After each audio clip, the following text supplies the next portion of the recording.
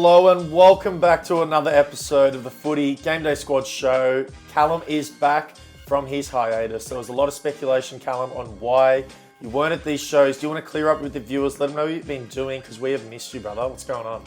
So I've been good. I will admit that if there was going to take a week and a half off from recording these, I think I've picked the perfect week because my team had a stinker last week and I've choked on both of my locks of the week. So while not intentionally timed, I think I did pretty well with that there. But I'm glad Kerm's not here because I know he'd be digging into me for that as well.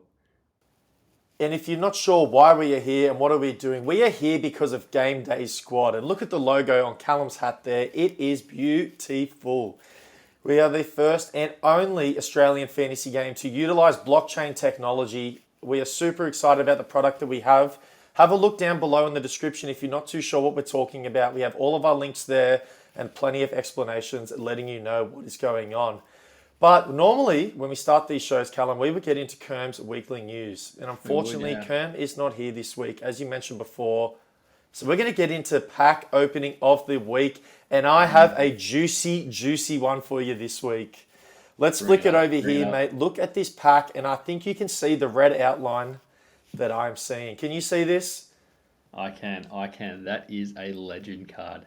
Our best type of cards in our game. Oh, very, very rare. We've only had 4 goodness. come through in our footy game. So for that guy, for Parlo, I know that's his second. So it's a little bit unfair, actually. I'm getting a bit annoyed with him. One is just, rough as it is to start with, but getting 2 is just greedy. So yeah, Parlo, mate, well done on the pack. As you said there, this is his second legend. So I am proclaiming Parlo as Gameday Squad's pack god. You are absolutely goated, brother. I don't know how you get these pulls week in and week out, but if you want, just send either me or Callum a message. If you want to open some packs on our account with your pack luck, you're more than welcome to, brother, any time of the week. We can organise that. But look at that, man. Just a well-rounded pack. So many good players. Wow. yeah, not even just the legend card there. The gold Salem, Hevel, Bruce, that's a very good pack. A very good pack. And then that's just a massive, massive cherry on top. So congrats there. Not that he needs more packs to open to try and get more legends, but hey, they're coming his way.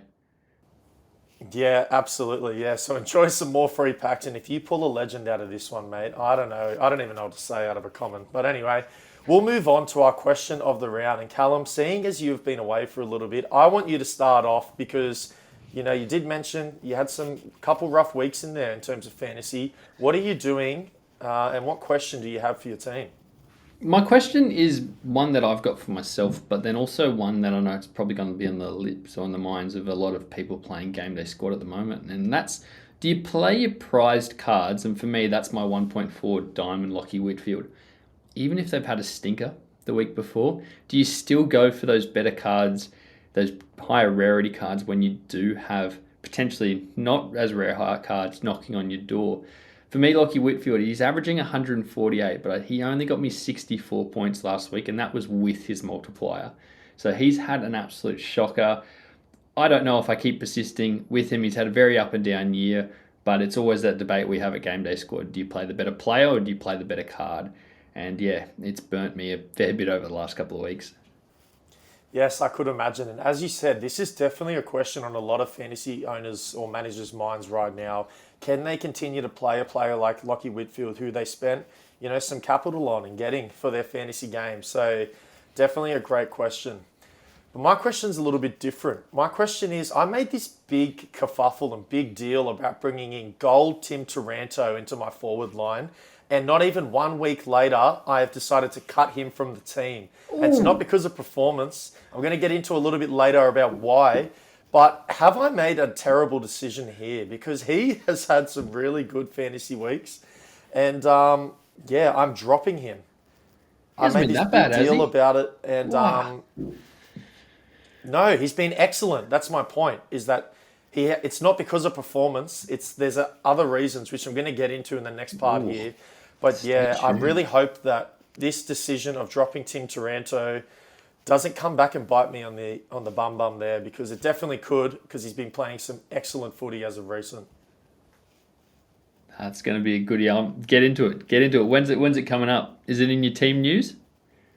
Yeah, right now. So let's go. What have I done this week with my team? Why is Tim Taranto not playing? And there's a really, really good reason. And, I gassed up Rory Laird last episode. I sort of mentioned in our player radar segment, which was new, that Rory Laird may not be the man of the moment because it seems like Andy Brayshaw and Bailey Smith are always those guys.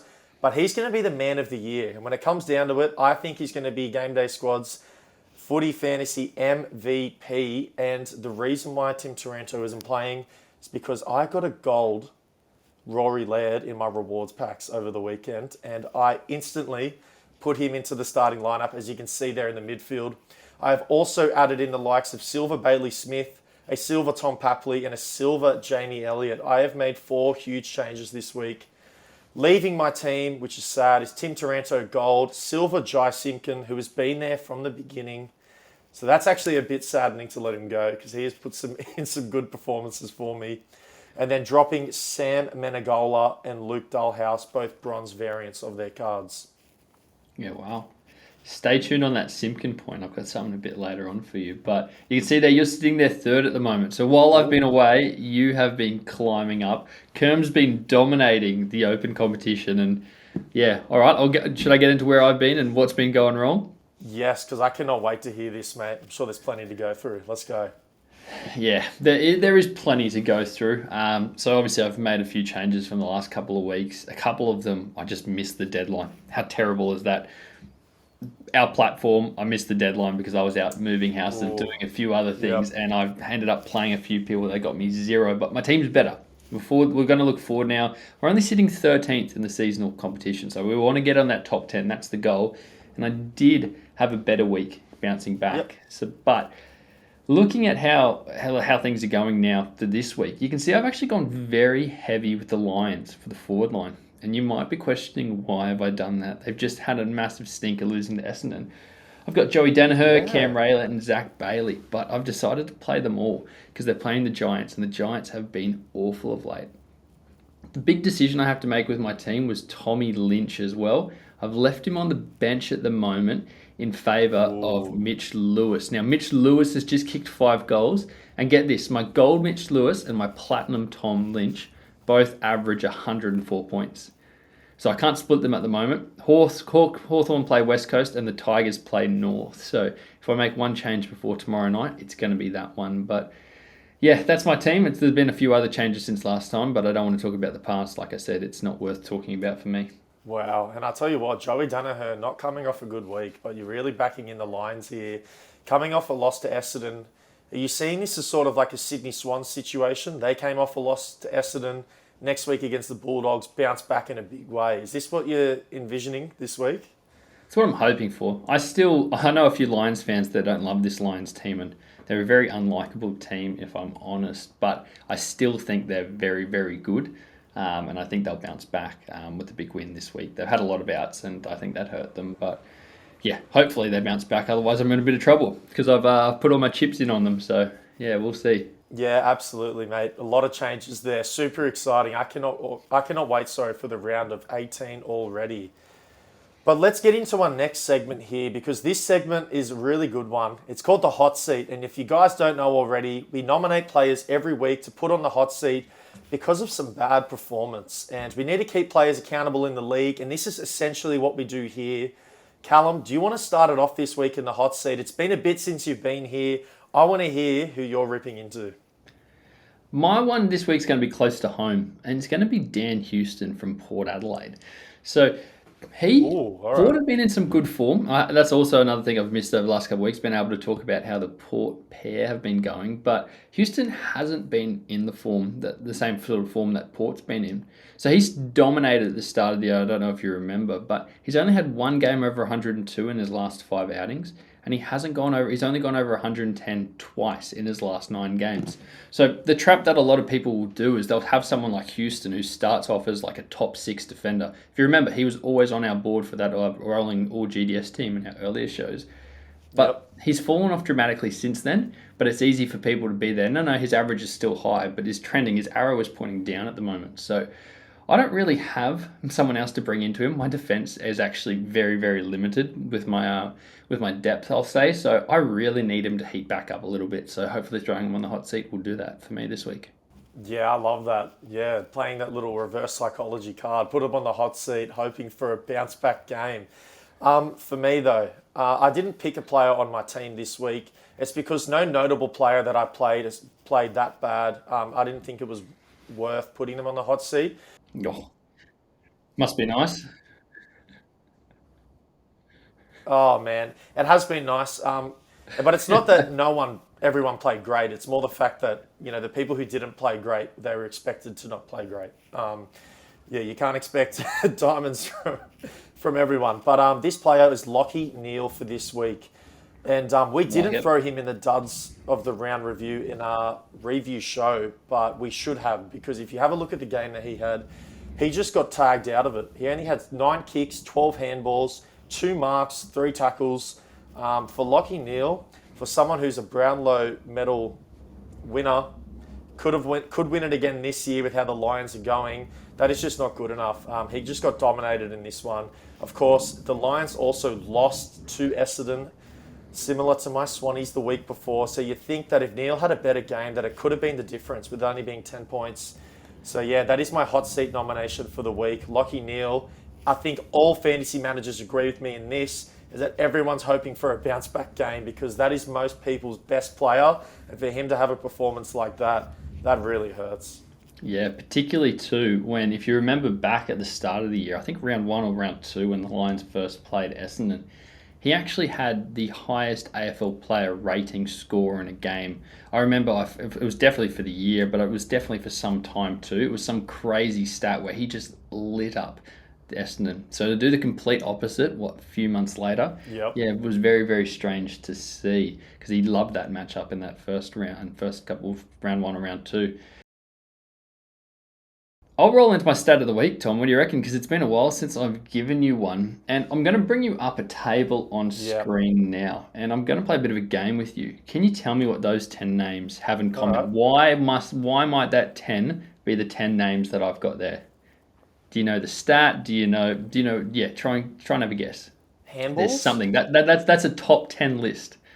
So you guess Yeah, is it for handballs. just one particular stat? I'm thinking It's not a stat you score for. Yeah, it's not a stat you score for. That's a hint. They're all midfielders. I'll jump in and I'll clearances. save you. What do you reckon? Close, Okay. close. What So that is the top 10. I'm going to bring it on to the next slide here.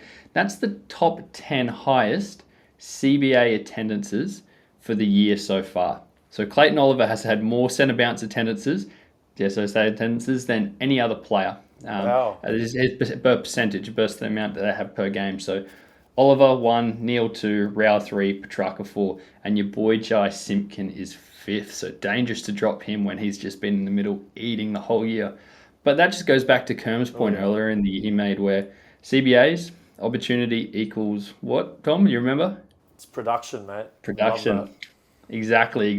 And that's how those boys are eating so much. So if I roll on to that next slide there, you can actually see some of the people who had the highest CBA attendances in round 17. Now, where this might be interesting is when you've got a few of those teams who not maybe necessarily are out of finals, or, they're not mathematically out, but they're in a bit of trouble. Teams will start to play up a few things and start thinking about next year. So I'm looking at Jai Simpkin there. He's still getting the attendances, but maybe turn your attention to someone like Jai Caldwell, who's been there eating for Essendon last week, or Tim Kelly, who's now back in the Yep. middle. They're going to be some players who maybe at the end of the year you could get a bit of a surprise and jump on Yeah, people wow. because they're starting to eat in the middle. So keep an eye on that, because it's a very, very important stat. What a list there. Couple surprising names, if I'm being honest with you. People that I wouldn't have expected to be so high in the centre bounce attendances list. But let's get into our next segment here, Callum, and I'm super Oh, pumped for this one. I don't know if you are so excited this week. It is going to be our lock of the round. I'm not. How are you feeling about this, mate? I'm not sure, because I'm feeling pretty good, and I am just slowly but surely catching up to you week in and week out. So how about I get started, because I'm pretty excited. Yeah, you go. You go. Now, as I mentioned before, Rory Laird is a tank, and he easily got my 125 game day squad fantasy points that I asked of him last week. I gassed him up in our review show, and then he came to Papa in a rewards pack, and he's now an official member of the Zeus Cannons, which you guys saw before. So how good is Game Day Squad Fantasy? That's all I have to say. How exciting, and what a bloody week for me. But this week, I'm following in Kerm's footsteps and also in Callum's footsteps from the week prior. I haven't played my Sam Doherty card yet, but now it is time. I'm locking him in for 120 Game Day Squad fantasy points, and I have the hopes of coming off the bottom of this segment for the first time in its entirety. So I'm pretty excited, as you can tell. Callum, watch out, brother. I am coming for you. So Yeah, yes. you are. I might be absent again next week if I do somehow drop to the bottom after being so far on top. But I know we had the leaderboard flick up there before. Kerm's starting to run away a bit, which I don't love to see. But yeah, even worse, you're catching me there. The reason as I bring mine on screen there is you can actually see we had a couple of weeks where we didn't give locks of the week when we were doing a few changeover things with our platform. But it's been 5 weeks, 6 weeks now since I've got a hit. And that was Rory led way back when. So I have needed a hit for some time. And I couldn't go the most informed player in the comp, which you just said was led, because I've already used him. So I've had to go to the second most informed player again. And that's Zachy Merritt, who's been on a bit of a tear lately. He's playing against the Suns, and the Suns aren't what they used to be in terms of you'd always just pick players because they'd eat against them. But I'm hoping he continues his form and this little resurgence that the Bombers have been on at the moment, because I badly need a win. So hopefully he's my guy. Quick shout out to, I should say, Amon for having an absolute poo-poo week last week and dudding it up for me with 115. I asked for him to bounce back because he had a stinker the week before. Nah, back-to-back stinkers for the poor lad. So Yeah, that's tough there, mate. And Zach Merritt, I really like this pick. This is a player where I have his platinum card in the game, but I'm unable to play him because of the salary cap issue that I face week in and week out. But I just stare at him every week and I'm like, I wish I could play this guy because he is in some outstanding form at the moment. And credit to him and the Essendon Bombers. They've got a couple wins over the past couple of weeks, and it has all started with Zach Merritt in the midfield and in the guts there. So yeah, he's playing some fantastic footy.